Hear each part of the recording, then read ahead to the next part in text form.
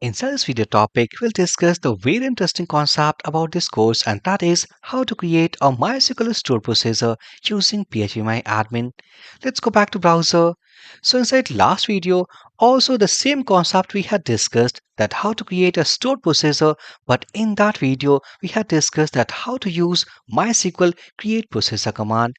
But now in this video, instead of using create procedure command, we'll discuss that how to create a stored procedure using PhpMyAdmin, the manual interface tool.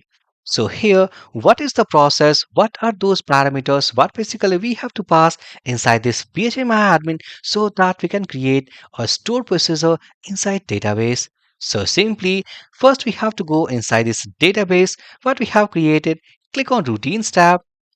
So already discussed, here we have button called create new routine. So simply let's click on this button, and here we have a model, and inside this model we have to pass some parameters, some value. So once we pass those values, automatically we can create a stored procedure inside this database. So for example, let's say that I want to list again all the users of users table. So here let's say get all users by stored procedure.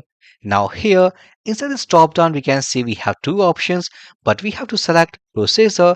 We don't want any parameters right now inside this stored procedure. So inside this parameters, if I scroll, here we have a drop button, click on it. Now it's removed. So go inside this text area. So inside this text area we can define the logical body of this stored procedure. So simply just type begin keyword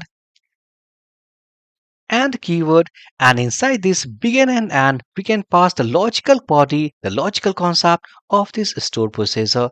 So here I want to list all those users what we have inside users table. So simply let's say select all from the table name called users.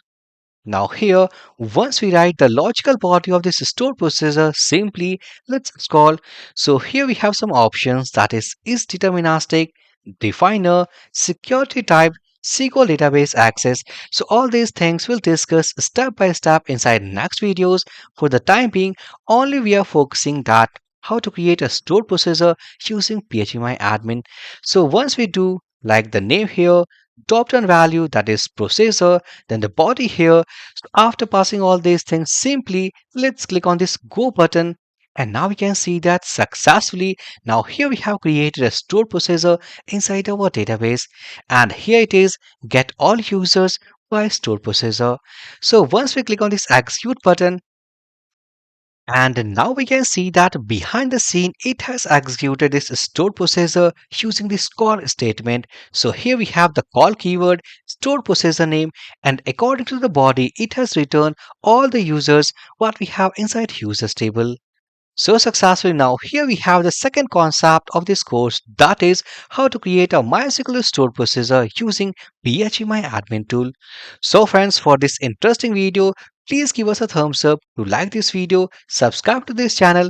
Now let's meet to our next amazing video. So for this video session guys, thank you for watching and have a great day.